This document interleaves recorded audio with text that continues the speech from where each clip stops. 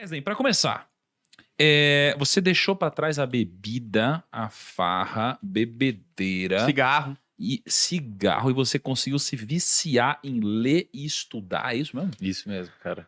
Cara, como? Não é possível. Até 2013, 2014, mais ou menos no meio da graduação de psicologia que eu fiz lá no interiorzinho, bem no interior do Rio Grande do Sul, numa cidade de 60 mil habitantes, eu acho. Eu fiz a minha graduação.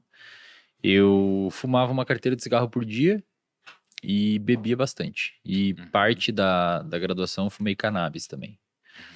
E, cara, praticamente a minha vida era isso. Era fazer uso do álcool com função realmente de embriaguez, seja em festa, final de semana com os amigos, etc.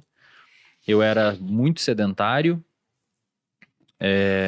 leve sobrepeso, até que um dia eu já ficava... Eu tinha esses hábitos, né? Não estudava, não dava muita bola para essas paradas, achava que todo mundo era errado e todo mundo era burro, só eu entendia das coisas e não sei o quê. Perfil até relativamente comum de acadêmicos, né?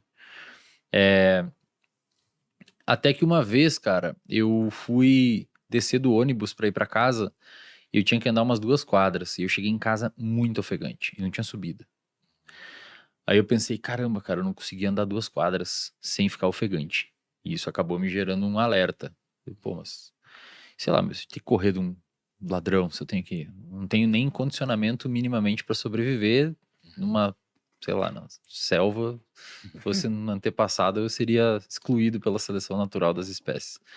E ali eu comecei a ficar um pouco incomodado. E normalmente, Thiago, a mudança de hábito, as pessoas muitas vezes perguntam, pô, qual que foi a virada de chave? O que você fez ali que virou sua chave? Eu sempre falo que mudança de hábito ela é uma coisa gradual. Você começa a mudar um hábito quando você começa a se incomodar com aquele comportamento, mesmo você continuando executando aquele comportamento outras vezes, até que em algum momento você tem, de fato, uma configuração contextual que faça você alterar o seu comportamento. Mas não é uma virada de chave. Muita gente acha que é uma virada de chave, por isso começa a academia e uma dieta na segunda-feira e quinta-feira já não consegue mais manter. Porque não é uma virada de chave e não dá para tratar como uma virada de chave. A virada de chave ela é muito lenta e começou aí. Lá atrás, quando eu começava a ficar incomodado com isso, mas continuava. Continuava bebendo, continuava fumando, continuava não sei o quê. Não estudava nada, não pensava em futuro e nada disso. Aí eu comecei acompanhar muitas pessoas que praticavam corrida. E eu comecei a me arriscar na corrida. Então, comecei a correr bem gradualmente, dava uma corridinha, caminhava, corridinha barra caminhar. Tipo, corria assim, 1 quadra, caminhava 2, corria 1, caminhava 2. Sempre no mesmo percurso. Até que chegou um momento eu comecei a correr o percurso inteiro, porque eu fui ganhando uma resistência cardiovascular, cardiorrespiratória.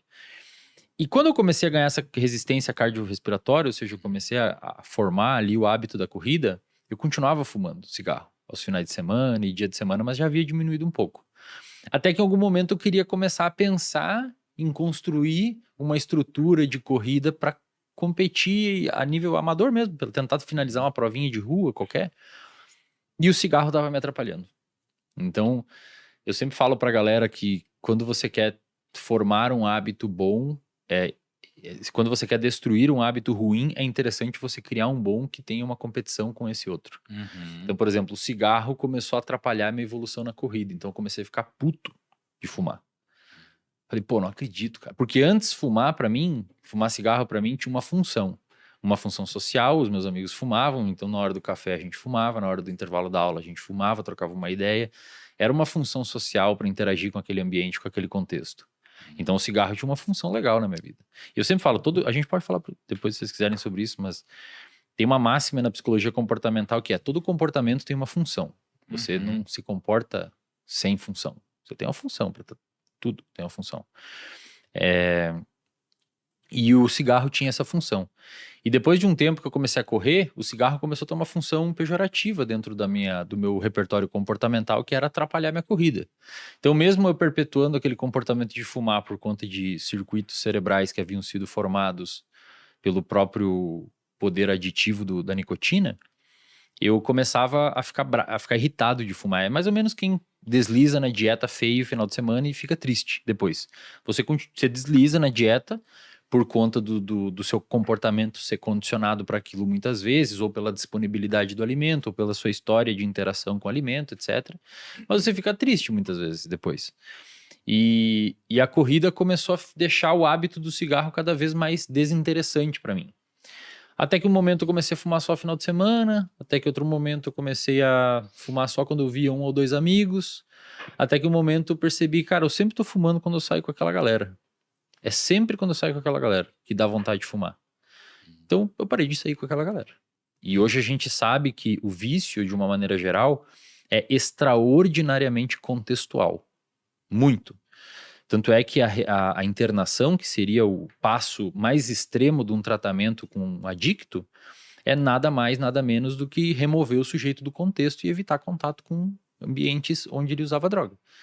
Então, hoje a gente tem isso muito claro nos estudos de neurociência, que vício, de uma maneira geral, é muito contextual.